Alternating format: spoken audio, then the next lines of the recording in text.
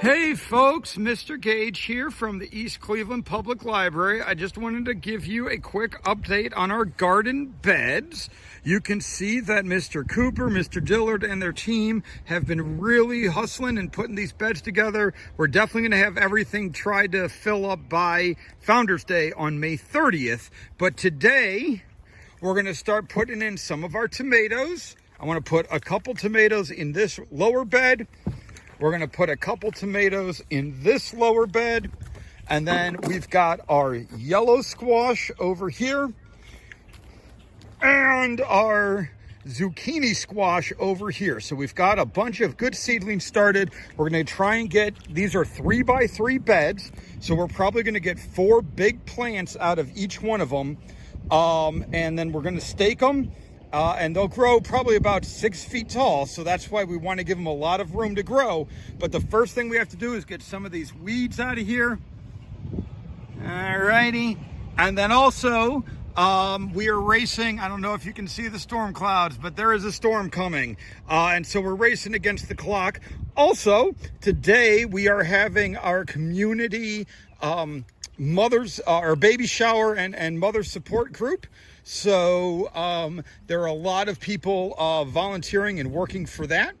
So the other thing we want to do today is put in our marigolds. And I want to come over and show you some more of our seedlings. I'm going to start bringing out all of our bin seedlings and leave the top off because they're going to get rain. But yeah, I'm flying solo today because everybody's working at the Community Mother's Day. So I'm going to weed the beds, talk a little bit about that when I'm done with that, plant the tomatoes, talk a little bit about that when I'm done with that, and then plant these marigolds and explain why we're doing that. So I'll check back with you in a few minutes.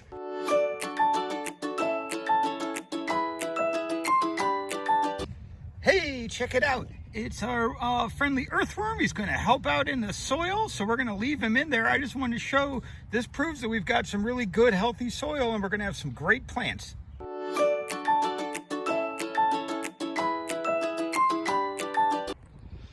Alrighty, folks, I just wanted to show you, these are our beefsteak tomatoes. So we've got 4 plants, and we've tried to separate them. Give them about 9 inches on a side so that they've got an 18-inch radius to grow. The next thing we're going to do is stake them so that they grow up straight and don't get too bushy. But these are going to grow to about 6 feet tall with proper care and maintenance. And each one of these is going to give us about 40 ripe 1-pound tomatoes.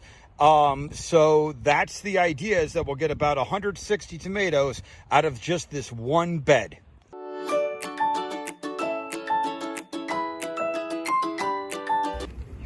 Alrighty, folks, Mr. Gage again. I've brought all of our seedling boxes out of Miss Green's office. So this is a lot of our tomatoes and squash. This is a lot more tomatoes, and I think some squash are in there. These are some of our herbs, and you're going to see that they lost a little water. So we're going to stick them outside. It's going to rain today, and they should perk right up. These are some herbs, some of our wildflower mixes, and again, some more tomatoes and squash. And then these are our peppers. And I want to come over and show you what we did in our beds.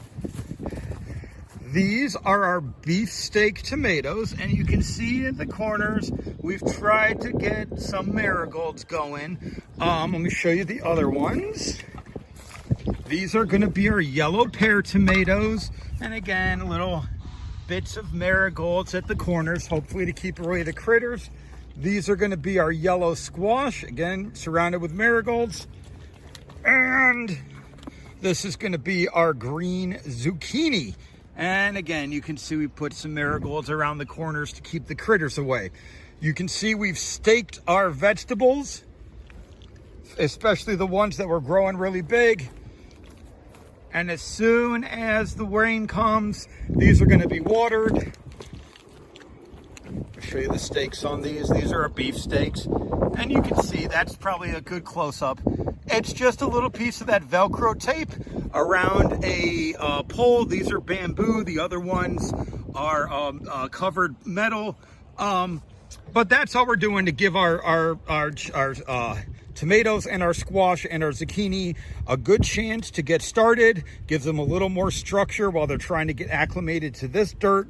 So these should perk up once the rain hits them, and we'll come back next week and give you an update on all of our tomatoes, all of our peppers, all of our squash, our zucchini, as well as our wildflowers.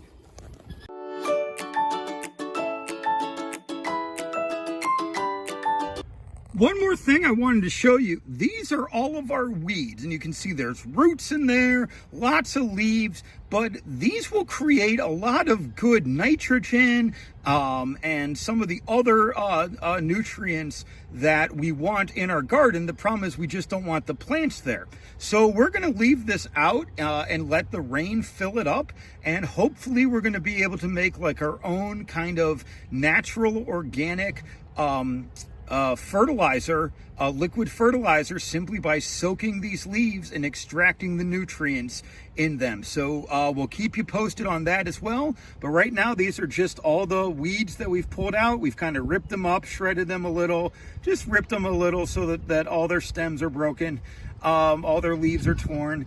But it doesn't have to be too great. And then we're just going to let this fill up with rainwater and then keep filling it with more of the green weeds, and hopefully they will extract their nutrients and we'll get a nice organic fertilizer.